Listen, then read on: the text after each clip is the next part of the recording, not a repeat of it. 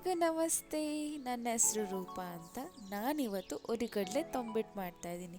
So ಅದಕ್ಕೆ ನಾನು ಕಡಲೆನ ಮುಕ್ಕಾಲು ಕಪ್ಪಷ್ಟು ತೊಗೊಂಡು ಮಿಕ್ಸಿಗೆ ಹಾಕಿ ಪೌಡರ್ ಮಾಡ್ಕೊತಾ ಇದ್ದೀನಿ.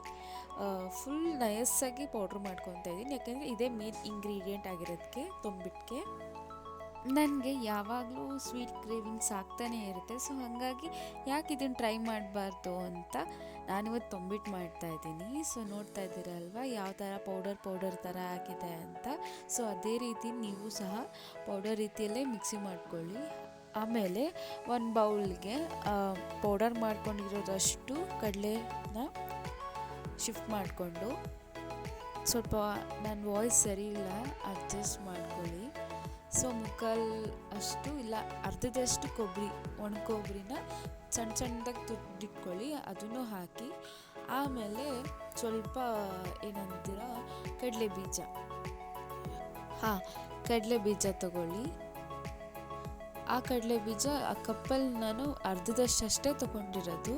ಅದನ್ನು ಒಂದು ಪ್ಯಾನ್ಗೆ ಹಾಕ್ಕೊಂಡು ಫ್ರೈ ಮಾಡ್ಕೊಳ್ಳಿ, ಡ್ರೈ ರೋಸ್ಟ್ ಥರ. ನಾನು ಸ್ವಲ್ಪನೇ ಮಾಡ್ಕೊತಿರೋ ಕಾರಣ ನಾನು ಈ ಚಿಕ್ಕ ಇದರಲ್ಲೇ ಮಾಡ್ಕೊತಾ ಇದ್ದೀನಿ. ಸಿಮ್ಮಲ್ಲೇ ಇಟ್ಕೊಂಡು ಮಾಡ್ಕೊಳ್ಳಿ, ಏಕೆಂದರೆ ಅದು ಸಿಪ್ಪೆ ಬಿಟ್ಕೊಳ್ಳೋಕ್ಕೆ ಸ್ಟಾರ್ಟ್ ಮಾಡ್ಕೊಳ್ಳುತ್ತೆ. ಸೊ ಹಾಗಾಗಿ ಅಲ್ಲಿವರೆಗೂ ಅದನ್ನು ಡ್ರೈ ರೋಸ್ಟ್ ಮಾಡ್ಕೊತಾ ಇರಿ, ಸಿಮ್ಮಲ್ಲೇ ಮಾಡ್ಕೊಳ್ಳಿ. ಅದು ರೋಸ್ಟ್ ಆದಮೇಲೆ ಸಪ್ರೇಟ್ ಸೈಡಿಗೆ ಎತ್ತಿಟ್ಕೊಂಡು ಸ್ಟವ್ ಆಫ್ ಮಾಡಿಬಿಡ್ತೀನಿ. ಅದೇ ಇದಕ್ಕೆ ನಾನು 2 ಸ್ಪೂನಷ್ಟು ಬಿಳಿ ಎಳ್ಳು ಹಾಕ್ಕೊತಾ ಇದ್ದೀನಿ. ಅದಕ್ಕೆ ಸ್ಟವ್ ಅವಶ್ಯಕತೆ ಇಲ್ಲ, ಯಾಕೆಂದರೆ ನಾನು ಕಡಲೆ ಬೀಜನ ಅದರಲ್ಲೇ ಹುರ್ಕೊಂಡಿದ್ದೆ. ಸೊ ಹಾಗಾಗಿ ಹೆಂಗೆ ಅದ್ರಲ್ಲಿ ಬಿಸಿ ಇರುತ್ತೆ. ಸೊ ಅದರಲ್ಲೇ ನಾನು ನೀಟಾಗಿ ಫ್ರೈ ಮಾಡ್ಕೊತಾ ಇದ್ದೀನಿ. ಸ್ವಲ್ಪ ಬಣ್ಣ ಚೇಂಜ್ ಆಗಬೇಕು ಎಳ್ಳಿಂದು, ನೋಡ್ತಾ ಇದ್ದೀರಲ್ಲ ಅದೇ ಥರ. ಆಮೇಲೆ ಸೈಡಲ್ಲಿ ಹುರಿದಿಟ್ಕೊಂಡಿರೋ ಕಡಲೆ ಬೀಜ ಇತ್ತಲ್ವ, ಆ ಸಿಪ್ಪೆನೆಲ್ಲ ತೆಕ್ಕೊಂಡು ಅದನ್ನು ಕಡಲೆ ಪುಡಿ ಮಾಡ್ಕೊಂಡಿದ್ವಲ್ಲ ಅದೇ ಮಿಕ್ಸಿಗೆ ಹಾಕ್ಕೊಂಡು ತರ್ತರಿಯಾಗಿ ಫುಲ್ ನುಣ್ಣಗೆ ರುಬ್ಕೋಬಾರ್ದು. ಕಡಲೆ ಬೀಜ ಬಾಯಿಗೆ ಸಿಕ್ಕಬೇಕು, ಅದೇ ಥರ ನೋಡ್ತಾ ಇದ್ದೀರಲ್ಲ ಆ ಥರ ಸ್ವಲ್ಪ ದಪ್ಪಕ್ಕಿದ್ರೂ ಚೆನ್ನಾಗಿರುತ್ತೆ ತಿನ್ನೋದಕ್ಕೆ ತಂಬಿಟ್ಟು. ಕಡಲೆ ಬೀಜನ ಸ್ವಲ್ಪ ದಪ್ಪಗೆ ರುಬ್ಕೊಂಡಿದ್ವಲ್ಲ ಅದನ್ನು ಮತ್ತು ಎಳ್ಳನ್ನ ಬಿಸಿ ಮಾಡ್ಕೊಂಡಿದ್ವಲ್ಲ ಅದನ್ನು ತಣ್ಣಗಾದ್ಮೇಲೆ ನಾನು ಅದೇ ಮಿಕ್ಸಿಂಗ್ ಬೌಲ್ಗೆ ಹಾಕ್ಕೊತಾ ಇದ್ದೀನಿ. ಅದಾದಮೇಲೆ ಸ್ಪೂನಲ್ಲಿ ನಾನು ಅದನ್ನು ಚೆನ್ನಾಗಿ ಮಿಕ್ಸ್ ಮಾಡ್ಕೊತಾ ಇದ್ದೀನಿ, ಯಾಕೆಂದರೆ ನೆಕ್ಸ್ಟ್ ಸ್ಟೆಪ್ ಬಂದು ನಾವು ಬೆಲ್ಲನ ಹಾಕ್ತಾಯಿದ್ದೀವಿ.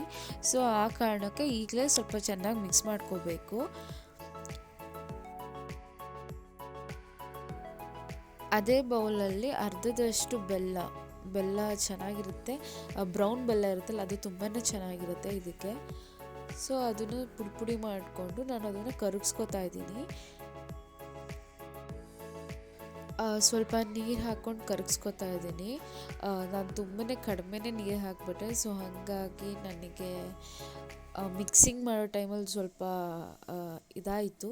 ಸೊ ನೀವು ಸ್ವಲ್ಪ ನೀರು ಜಾಸ್ತಿನೇ ಹಾಕ್ಕೊಳ್ಳಿ. ಬೆಲ್ಲ ಎಲ್ಲ ಕರೆದ್ಮೇಲೆ 2-3 ನಿಮಿಷ ಆ ಬೆಲ್ಲನ ಸ್ವಲ್ಪ ಕುದಿಸ್ಕೊಳ್ಳಿ.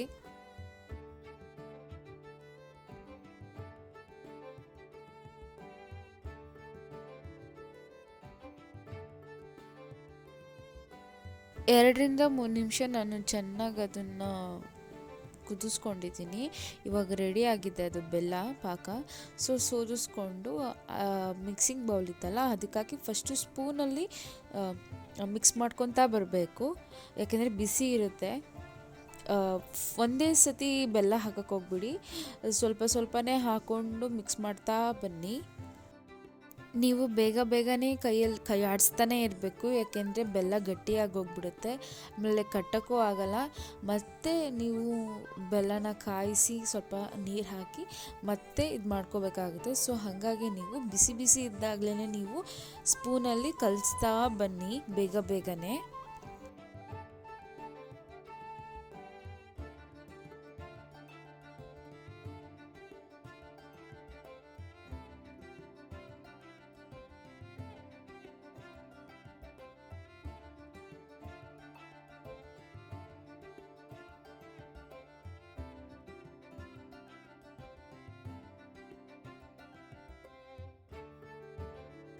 ಸ್ಪೂನಲ್ಲಿ ಕಲಿಸಿದಾದ್ಮೇಲೆ ನೀವು ಕೈಯಲ್ಲಿ ಕಲಿಸ್ಬೇಕಾಗುತ್ತೆ. ನೀಟಾಗಿ ಅದನ್ನೆಲ್ಲ ನಾನು ಕಲಿಸ್ತಾ ಇದ್ದೀನಲ್ಲ ಅದೇ ರೀತಿ ಚೆನ್ನಾಗಿ ಕಲಿಸ್ಕೋಬೇಕು. ಕಲಿಸ್ಕೊಂಡಾದ್ಮೇಲೆ ಇನ್ನೂ ಸ್ವಲ್ಪ ಬೆಲ್ಲ ಇದಿರುತ್ತಲ್ಲ ಮೆಲ್ಟ್ ಮಾಡ್ಕೊಂಡಿರೋದು ಅದನ್ನು ಹಾಕಿ ನೀಟಾಗಿ ಪ್ರಮಾಣ ಉಂಡೆ ಕಟ್ಕೋತೀವಲ್ಲ ಆ ಥರ ಸಾಫ್ಟ್ ಆಗಬೇಕು. ಅಲ್ಲಿವರೆಗೂ ನೀವು ಕಲಿಸ್ಕೊತಾ ಬರಬೇಕು.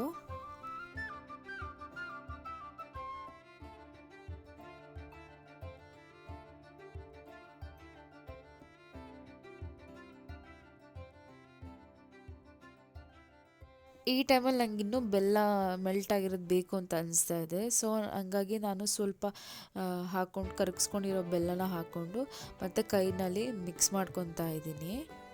ನೀವೇ ನೋಡಿ ಇದಾದಮೇಲೆ ಯಾವ ಥರ ಚೇಂಜ್ ಆಗುತ್ತೆ ಅಂತ. ನೀವು ಡೈರೆಕ್ಟಾಗಿ ಕೈಯಲ್ಲಿ ಮಾಡ್ಕೊಳಕ್ಕೆ ಹೋಗಬೇಡಿ, ಯಾಕೆಂದರೆ ಸುಡ್ತಾ ಇರುತ್ತೆ. ಸ್ಪೂನಲ್ಲಿ ಮಾಡಿಕೊಂಡು ಆನಂತರ ನೀವು ಕೈಯಲ್ಲಿ ಸ್ವಲ್ಪ ಚೆನ್ನಾಗಿ ಪುಡಿ ಆಗೋ ಥರ ನೀವು ಕಲಿಸ್ಕೊಳ್ಳಿ. ಗಟ್ಟಿಯಾಗಿ ಹೋಗುತ್ತೆ ಬೆಲ್ಲ. ಸೊ ನಾವೀಗ ಉಂಡೆ ಕಟ್ಬೋದು. ನೋಡ್ತಾ ಇದ್ರಲ್ಲ, ನಾನು ಪುಟ್ಟದಾಗೆ ಉಂಡೆ ಮಾಡ್ಕೊತಾ ಇದ್ದೀನಿ. ಯಾರಿಗೆಲ್ಲ ತಂಬಿಟ್ಟು ತುಂಬಾ ಇಷ್ಟ ತಿನ್ನೋಕ್ಕೆ, ಇದನ್ನು ನೀವು ಒಂದ್ಸತಿ ಟ್ರೈ ಮಾಡಿ. ತುಂಬಾ ಚೆನ್ನಾಗಿದೆ. ಬೆಲ್ಲ, ಕಾಯಿ ಕೊಬ್ಬರಿ, ಎಳ್ಳು, ಕಡಲೆ ಬೀಜ ಸಿಗೋ ಮಧ್ಯ ವರ್ಣಿಸೋಕ್ಕೆ ಆಗಲ್ಲ, ಅಷ್ಟು ಚೆನ್ನಾಗಿದೆ. ಇಲ್ಲಿ ನೋಡಿ ರೆಡಿ ಆಯಿತು ನಮ್ಮ ತಂಬಿಟ್ಟು, ಹುರಿಗಡಲೆ ತಂಬಿಟ್ಟು. ನೋಡೋಕೆ ತುಂಬಾ ಚೆನ್ನಾಗಿದೆ. ಟೇಸ್ಟ್ ಮಾಡಲಿಕ್ಕೂ ಕೂಡ ತುಂಬಾ ಚೆನ್ನಾಗಿತ್ತು. ಈಗ ನೀವು ನಿಮ್ಮ ರುಚಿಯಾಗಿ ತಂಬಿಟ್ಟನ್ನ ಮಾಡ್ಕೋಬೋದು. ತುಂಬಾ ಟೇಸ್ಟಿಯಾಗಿತ್ತು, ತುಂಬಾ ಹೆಲ್ದಿಯಾಗಿತ್ತು. ಹಾಕಿರೋ ಇಂಗ್ರೀಡಿಯೆಂಟ್ಸ್ ನೀವು ನೋಡಿದ್ರೆ ತುಂಬಾ ಹೆಲ್ದಿಯಾಗಿರೋ ಇಂಗ್ರೀಡಿಯೆಂಟ್ಸೇ. ನೋಡಿ ಎಷ್ಟು ಚೆನ್ನಾಗಿದೆ. ಒಳಗಂತೂ ತುಂಬಾ ಸಾಫ್ಟಾಗಿತ್ತು. ನನಗಂತೂ ತುಂಬ ಇಷ್ಟ ಆಯಿತು. ನೀವೆಲ್ಲ ಟ್ರೈ ಮಾಡಿ ತಿಂದು ಹೇಗಿತ್ತು ಅಂತ ನನಗೆ ಕಮೆಂಟ್ ಬಾಕ್ಸಲ್ಲಿ ತಿಳಿಸಿ. Okay, thank you. ಬಾಯ್.